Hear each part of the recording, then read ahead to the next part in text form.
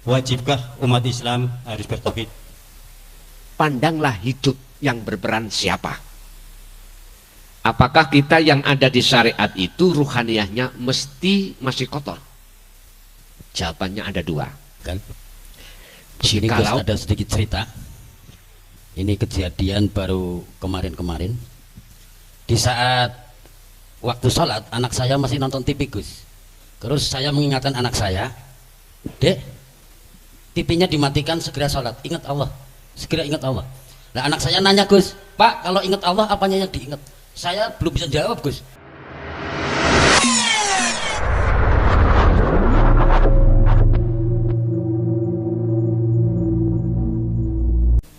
Assalamualaikum warahmatullahi wabarakatuh. Perkenalkan, nama saya Kajen dari Kertasari, Surabaya, Tegal. Saya akan bertanya kepada Bapak Yai terkait dari awal masalah sholat. Bagaimana ketika sholat sedang sholat, akan tetapi saya mengingat pada Allah atau hudur, akan tetapi lupa akan rakaat atau bacaan. Apakah menurut syariat itu sholatnya sah atau tidak? Atau itu sah secara hakikat? Kedua, bagaimana orang yang masih di wilayah atau di makom syariat saja, itu rohaninya masih najis atau tidak? Terima kasih. Wassalamualaikum warahmatullahi wabarakatuh. Waalaikumsalam warahmatullahi wabarakatuh. Saya harus memakai dua kacamata. Kacamata syariat dan hakikat. Kacamata manusia dan kacamata Allah.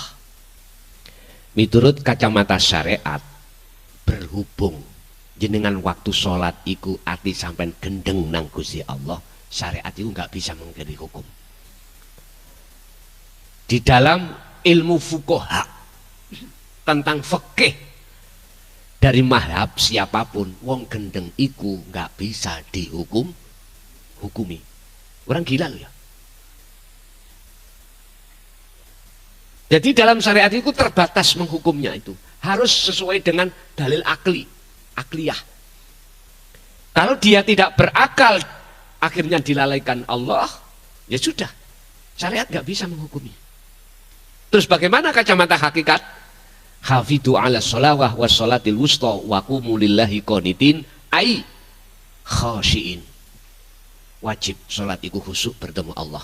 Tapi untuk bertemu Allah ada dua golongan. Satu khos, kedua khawasul khawas. Kalau khos berarti dilalaikan akal sampean, tidak hanya hati, akal dilalaikan jenengan iki posisi dalam sholat, apalagi rokaat lalai. Nggak bisa hukum syariat menghukumi, karena sampean iku majnun jadab. Oke? Pun satu.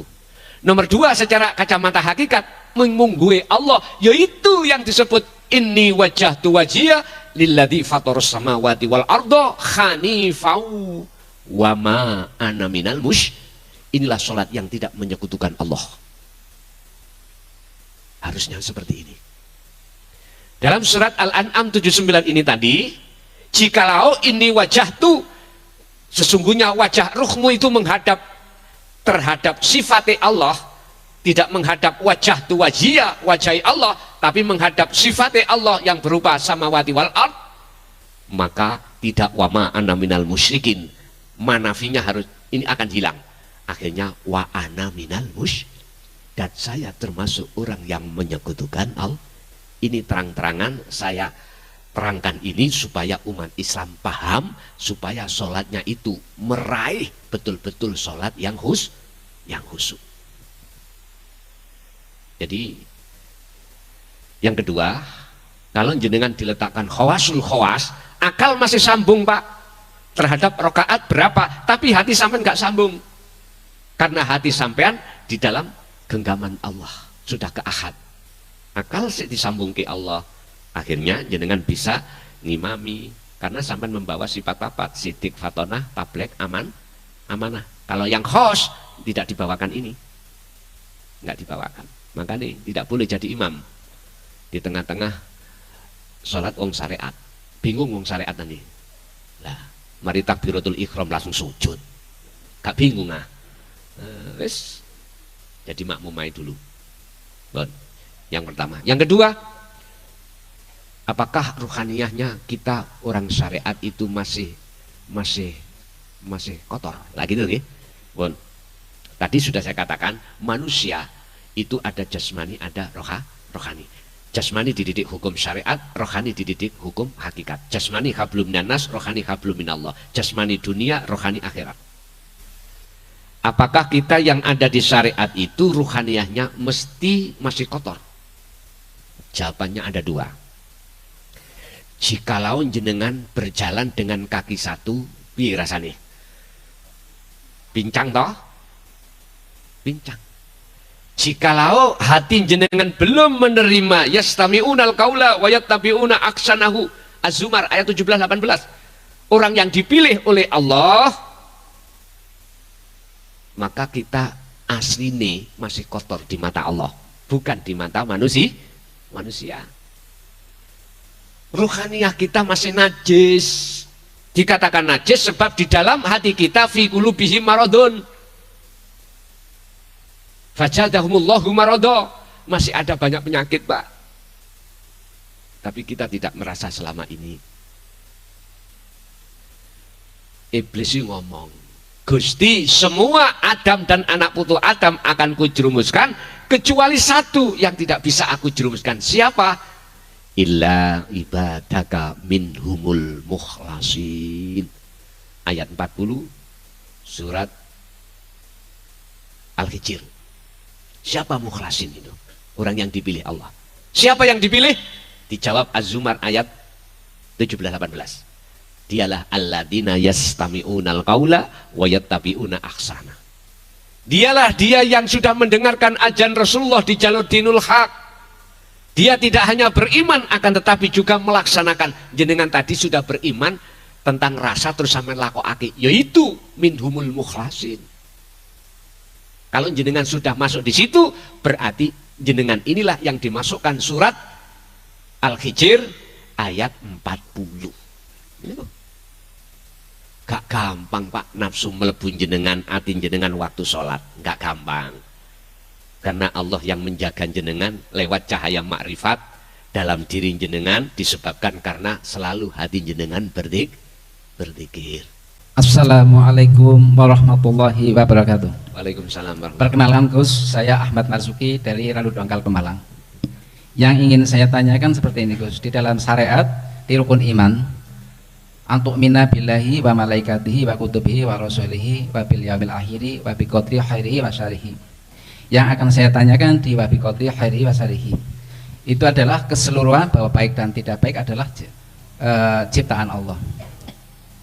Tapi di sini praktek kita disuruh bahwa manakala yang baik dinisbatkan ke Allah, tapi yang tidak baik dinisbatkan pada diri kita yang melakukan. Bagaimana menurut Gus dalam pandangan hakikat di hal yang seperti itu? Atas jawabannya saya ucapkan terima kasih. Assalamualaikum warahmatullahi wabarakatuh. Waalaikumsalam warahmatullahi wabarakatuh. Syuhudul wahdah fil kasrah. Ahli syuhud itu selalu meniadakan selain Allah, sehingga beliau selalu ada di alam kefanaan. Ingat, dzikir di dalam hikam itu ada 4, Pak. 4 golongan. Ada orang yang berzikir lesannya tapi hatinya lalai.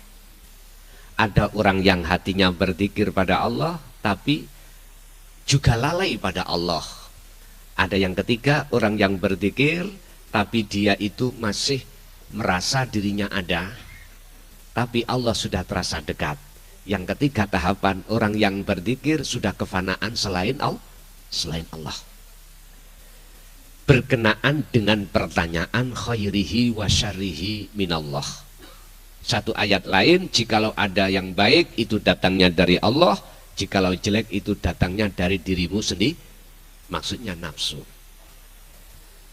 Jenengan biar tidak menuduh ada sesuatu yang berkuasa selain Allah, harus syuhudul wahdah fil kasroh.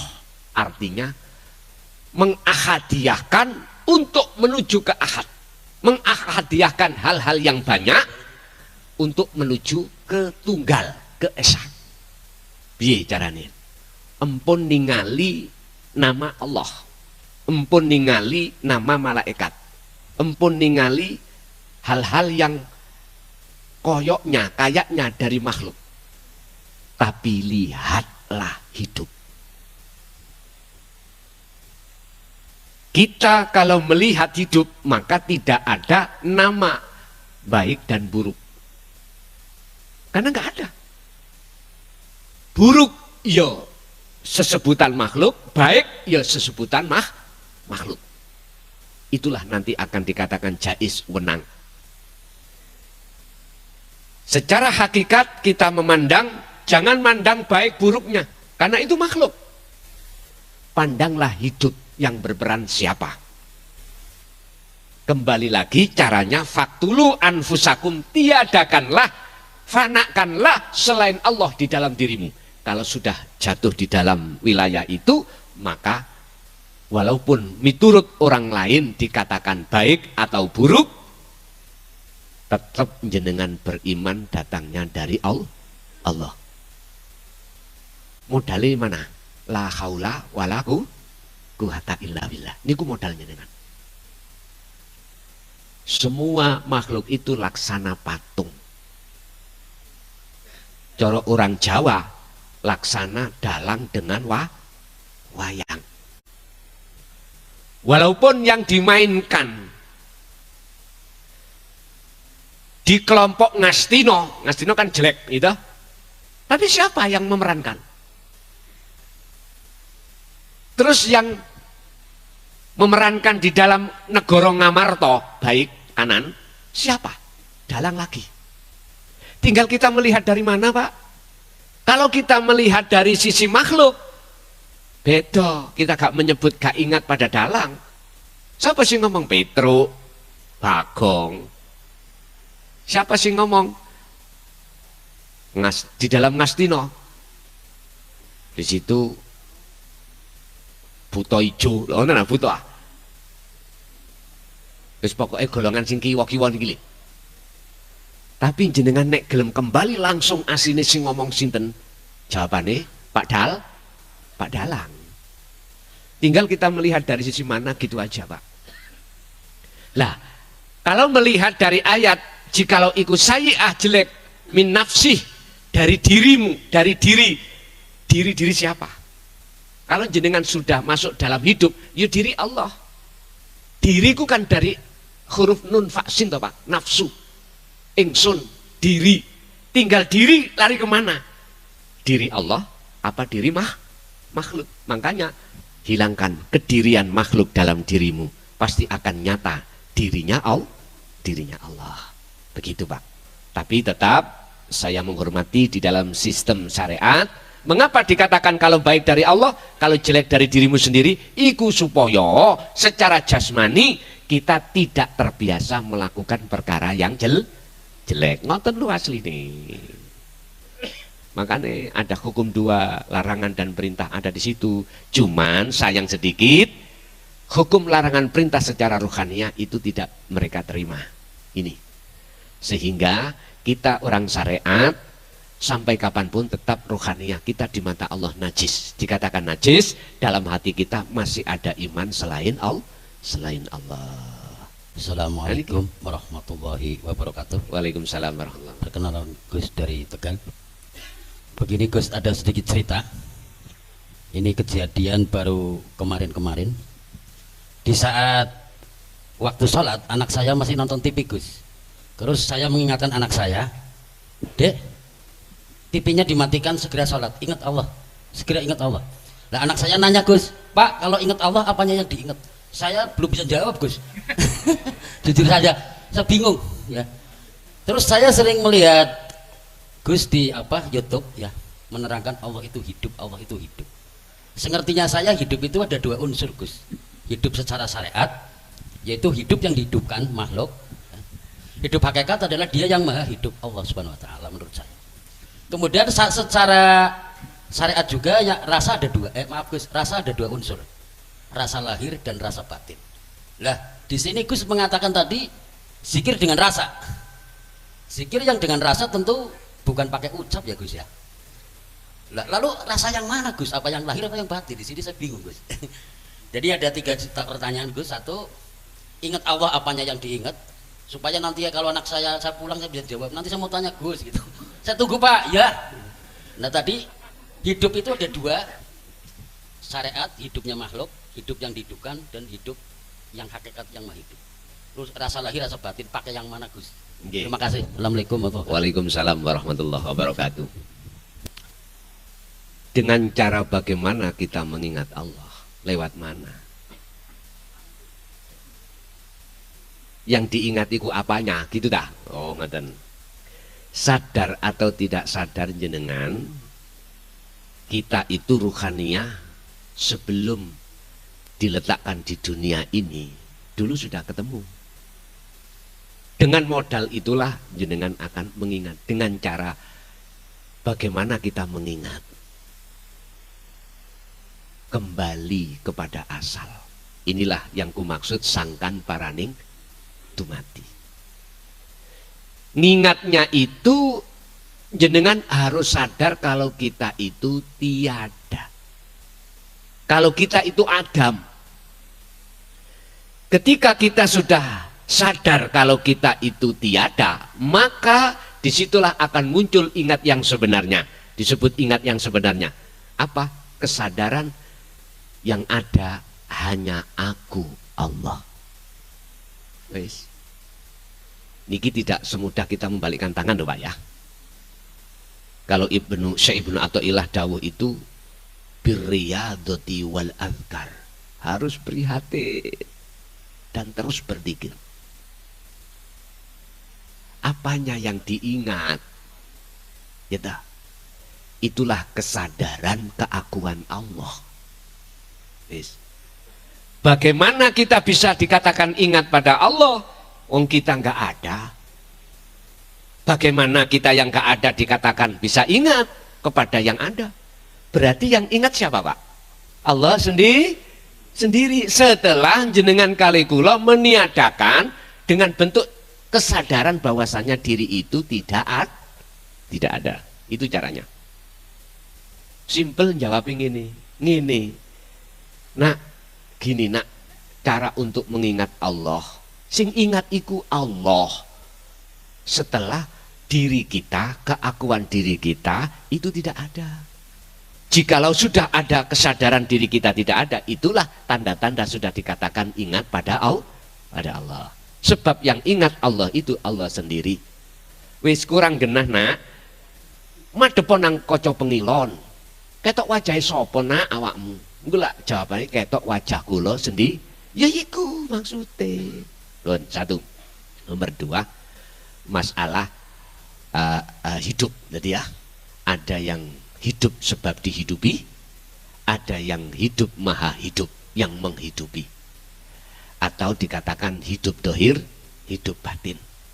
Inilah Pak yang saya maksud, huwal awwalu wal akhiru wal dhohiru wal batin.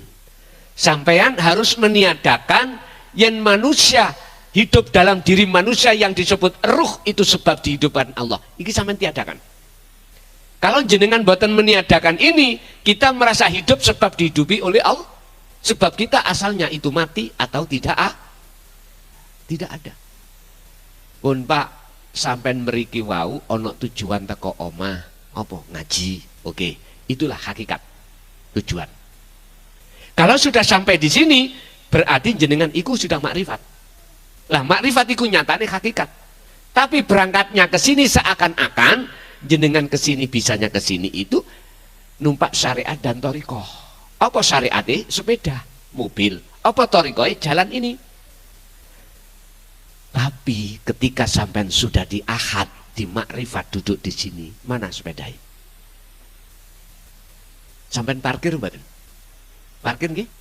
Mboten digowecoki terus gendong. Terus jalannya nanti tadi mana? Sampai lewati tak toh? Artinya apa Pak? Kita akan sah mengatakan antara rasa batin dan rasa dohir, antara hidup dohir dan hidup batin, la farqa bainahuma, tidak ada bedanya manakala sudah di titik ahad. Itu caranya. Kalau jenengan belum di sini, ya masih ada di perjalanan tadi. Syariati sepedaan terus, torikoi lewat jalan. Nah, ada hakikatnya enggak? Tujuannya enggak? Ada tujuan? Kalau dikatakan ada tujuan ke sini, mesti jenengan ikut ke sini. Kalau sudah sampai di sini, sebelumnya jenengan parkir sepeda tadi. Artinya keakuan diri kita parkir. Syekh Ibnu Athaillah dawuh terkait masalah ini, idfin wujudaka, pendemen keakuan iro fi ardil humuli, di dalam bumi humul. Humul itu sepi. Pendemen keakuanmu di dalam bumi humul. Apa bumi humul? Sepi. Lebokno rasa rumangsa keakuan diri itu di dalam kefanaan. Sebab jikalau jenengan belum memendem bumi keakuan di bumi humul, saya muncul dalam diri jenengan itu keakuan hamba terus mungkin. Jikalau jenengan mau untuk memendam di bumi humul keakuan jenengan, maka yang nyata, yang tumbuh dengan benar itu adalah keakuan Allah. Keakuan Allah ini tidak bisa dibantah. Qul ja'al haqqu wa zahaqal batil innal batila kana zahuqa. Jikalau lampu itu sudah menyala, tidak bisa dibantah kebenarannya. Kegelapan itu akan hilang. Assalamualaikum warahmatullahi wabarakatuh. Waalaikumsalam.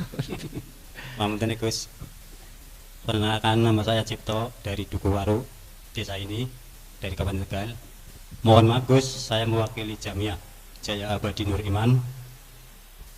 Nyuwun izin pada tanggal Gus. Pertanyaan pertama, mewakili Jamiah, wajibkah umat Islam harus bertauhid?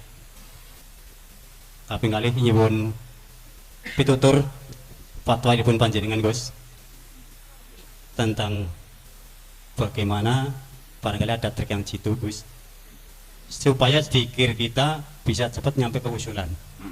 Kalau boleh pertanyaan ketiga tentang isyarah Gus. Isyarah. Iya. Isyarah yang datangnya dari mimpi dan isyarah yang datangnya dari kejadian keseharian Gus. Maafkan. Assalamualaikum warahmatullahi wabarakatuh. Waalaikumsalam warahmatullahi wabarakatuh. Satu kali lagi nggih, niki sudah mencapai jam 12, besok kami juga kerja ya. Masih pakai yang depan ini ya.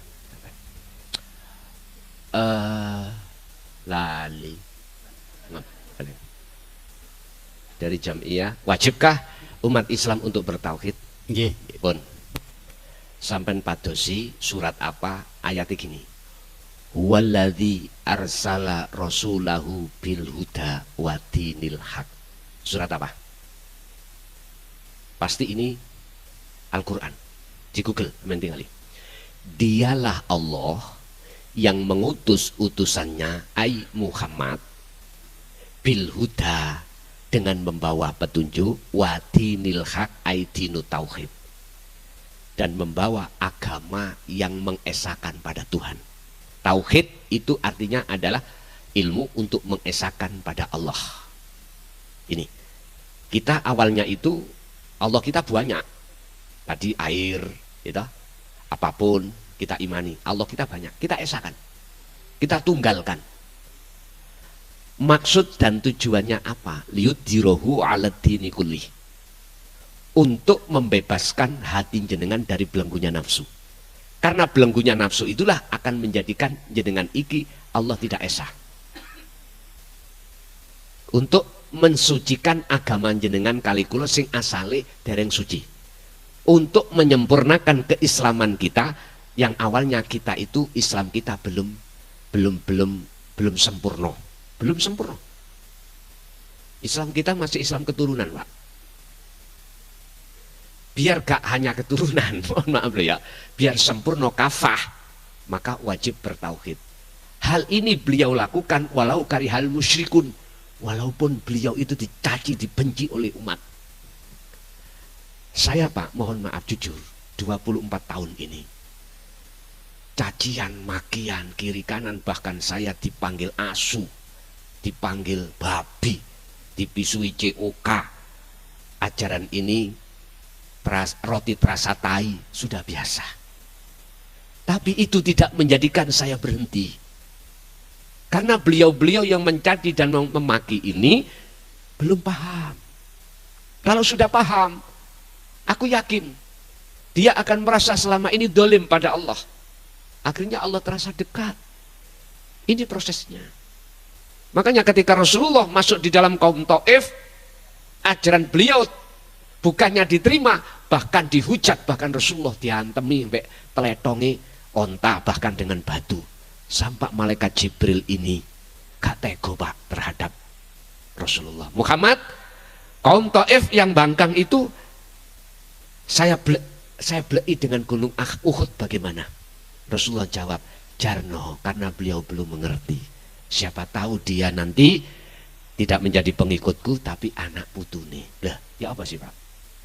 Dan ini sudah terjadi pada diri saya ketika tahun 2007. Golongan-golongan yang tadinya itu dikatakan sebagai ahli kitab, itu berupaya saya untuk tidak menyampaikan hal ini dengan bentuk kami itu diusir dari kampung saya. Tapi saya tidak mau keluar karena saya mengatakan beliau-beliau itu belum paham dan butuh proses, Pak. Setelah proses selama kurang lebih hampir 4 tahun, beliau sadar, Pak. Akhirnya sampai sekarang saya dijadikan sebagai kepala desa. Ayo.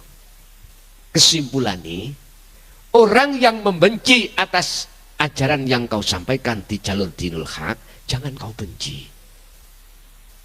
Dia punya 2 hal. 1, karena alasan dia nggak paham. 2, dia masih perlu waktu proses. Sampean semerap, kita punya anak kecil yang belum balik, entah umur 3 tahun, dia suka-suka main di pinggir kolam, kecek sampai air ya dah, di pinggir kolam. Padahal itu bahaya, dia nggak paham. Kita sebagai orang tua yang mengerti, bagaimana Pak? Diangkatlah anak itu supaya tidak tenggelam lagi, gitu. Menangis toh, menangis. Biarin dia menangis karena dia itu memang belum paham kalau itu bahaya. Kadang-kadang dia suka api, lilin, mercon, gitu kan. Dia nggak sadar kalau itu bahaya. Kita orang tua yang sudah sadar, kita selamatkan walaupun dia menangis. Nanti prosesnya kalau dia sadar, oh iya, ternyata Bapak menolong saya. Lah gitu toh akhirnya. Itulah logikanya seperti itu. Jadi wajib bagi umat Islam untuk menyempurnakan Islamnya. Otomatis bertauhid. Al-Baqarah 208. Udhulu fisilmi kafah. Jikalau sudah sempurna, mengapa berikut ayatnya Allah katakan wala tatabi'u khutuwati syaitan, supaya jenengan itu tidak mudah kena gebyare dunya. Jika mudah bisa kebisikan hawa nafsu alladzi yuwaswisu fi sudurin linnas. Biar gak mudah seperti itu. 1. Nomor 2, mengalir. Yang kedua tadi apa Pak? Gini, badan kula tulis, biasanya kula tulis tentang ini Gus, zikir supaya cepat sampai ke usul. Oh ya. Sampai buka surat Al-Insan ayat 25-26. Ini terjadi pada beliau baginda Kanjeng Nabi sampai Kanjeng Nabi itu mencapai derajat maksum di sini. Wadhkur isma rabbika bukrata wa asila wa minal laili fasjud lahu fasabbihu lailan tawilan. Pagi sampai sore, bahkan malam yang panjang, sibukkan hatimu berzikir. Titik. Berarti setiap napas. Waduh, angel Gus. Mpun ngomong angel disik. Memang semuanya itu berawal dari susah. Susah. Tapi kalau itu nanti sudah terbiasa, dengan sendirinya tidak akan bisa putus. Boleh jasad sampean berbicara tentang urusan dunia, tapi hatimu tidak bisa lepas dari zikir.